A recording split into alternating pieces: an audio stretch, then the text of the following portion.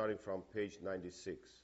Could you elaborate on solid information or proofs on that? In the Hebrew Bible, there are many passages which state that the Jews have a mortal enemy whom they call Amalek, and it is for them a racial belief that there is a tribe of Amalekites who are out to destroy the Jews, and God has commanded the Jews to completely exterminate the Amalekites down to the last man, woman, and child. They cannot leave a single Amalekite left alive.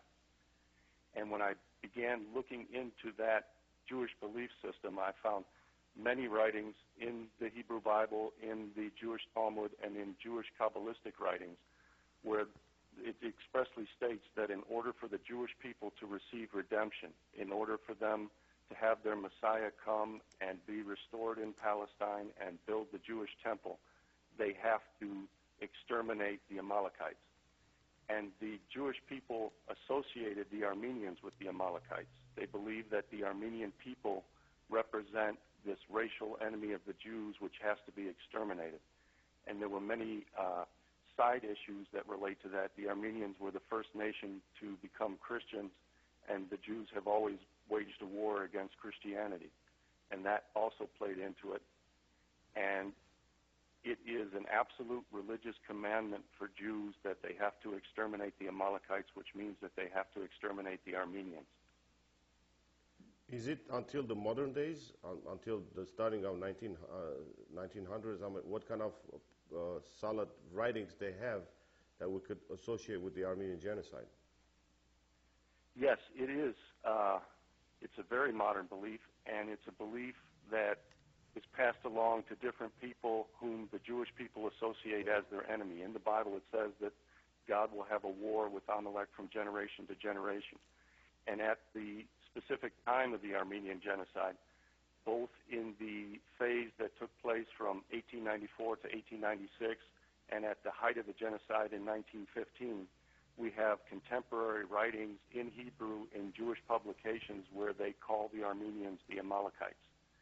And they state that they have no mercy for them because they are the Amalekites. And you can find this in Yair Oran's book, Zionism and the Armenian Genocide, The Banality of Indifference. And you can also find it in Elliot Horowitz's book, which I believe is called Reckless Rights.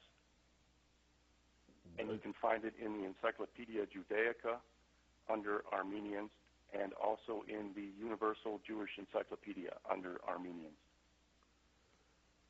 And basically, could you elaborate how did they make it possible to basically make their vision, enable their vision to basically do the mass murder of Armenians? Well, that gets into the Turkish Empire.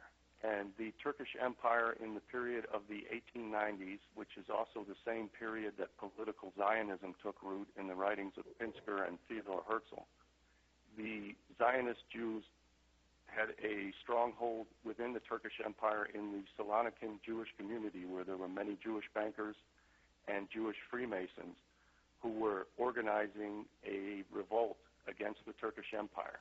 Because one of the chief goals of Zionism was to break apart the Turkish Empire so that they could take Palestine from the Arabs and give it to European Jews.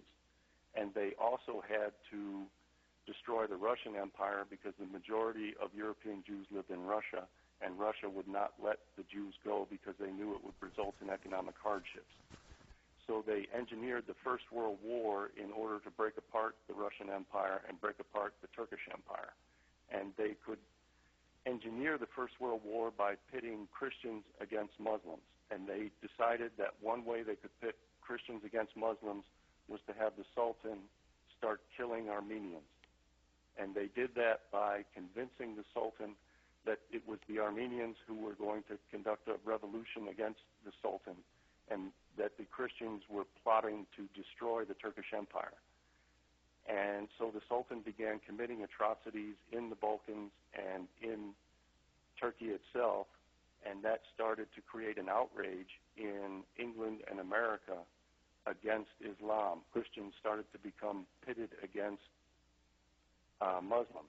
Right. Then then the Salonican Jews, through their Committee of Union and Progress and meeting in Freemasonic lodges, there was a man named Emmanuel Carasso, who was the Grand Master of the Macedonian Resorter Masonic Lodge in Salonika. And they, through funding, through Italian banking Jews, and ultimately through the Rothschild bankers of the City of London, fomented a revolution against the Sultan, which began, I think, in June of 1908, and they finally deposed the Sultan in 1909.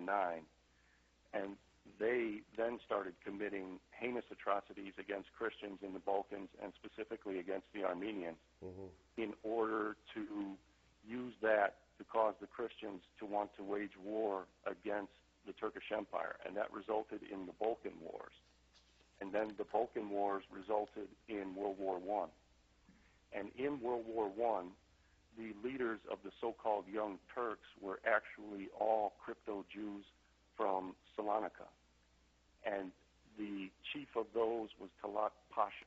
And Talat Pasha instituted a program of extermination of the Armenians in order to bring America and England into the region as Christian saviors of the Armenians.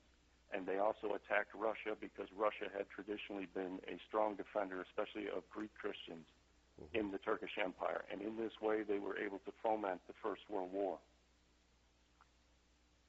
And another motivation they had to kill the Armenians was the fact that the Armenians were at that time considered the most intelligent and most successful group of people on the face of the earth. And the Jews wanted to take over their businesses and their residences and give them to Russian Jews who would emigrate into the region, eventually pushing them into Palestine. So they wanted to get rid of a business competitor, and that would also contribute to the destruction of the Turkish Empire, which they sought, because the Armenians were often statesmen and controlled the bureaucracy of the Turkish Empire, and the Turks were very inefficient, but the Armenians were very intelligent and were very successful. They were the best doctors, the best lawyers throughout the Turkish Empire. And by killing off the Armenians, they ensured the ultimate destruction of the Turkish Empire. And I would like to go back. You talked about Salonika. Where did the initial movement start of these crypto Jews who came to Salonika, basically? Jews had a very strong foothold in the Spanish Empire, and they had very good relations with Spanish Catholics. And whenever the Jewish people settle in an area, they start to tend to have good relations with the native people, and Jewish leaders don't like that because it leads to Jewish assimilation. And Jewish leaders try to keep Jews segregated from Christians and from other people so that they can preserve the Jewish race until the time of the Messianic age, when they believe the Jewish Messiah will come and redeem the Jewish people and deliver them to Jerusalem and to Palestine. So the Jewish leaders orchestrated in 1492, the same year that they tried to send ships to America to create a homeland for the Jews, but that was unsuccessful.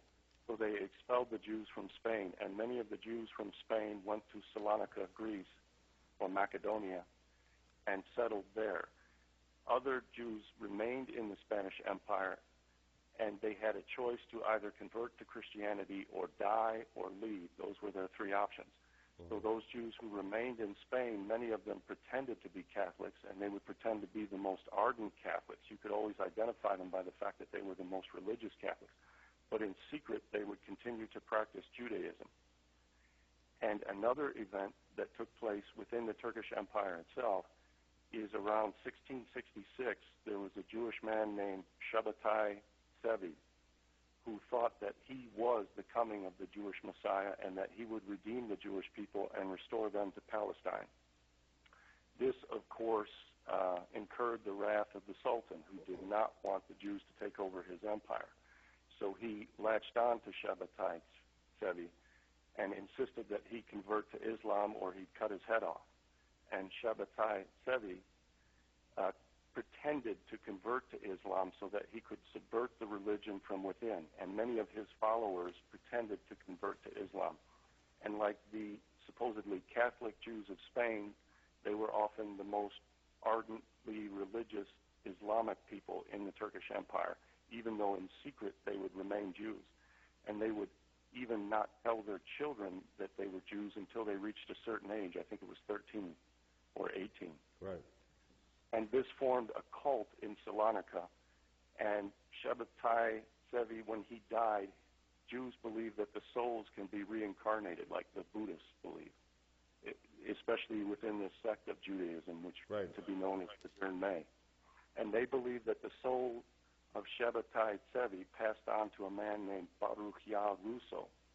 And Baruch Yah Russo established a Dernmei cult in Salonika, Greece. Now, these Jews were heavily into the Lurian Kabbalah, which is a subversive movement that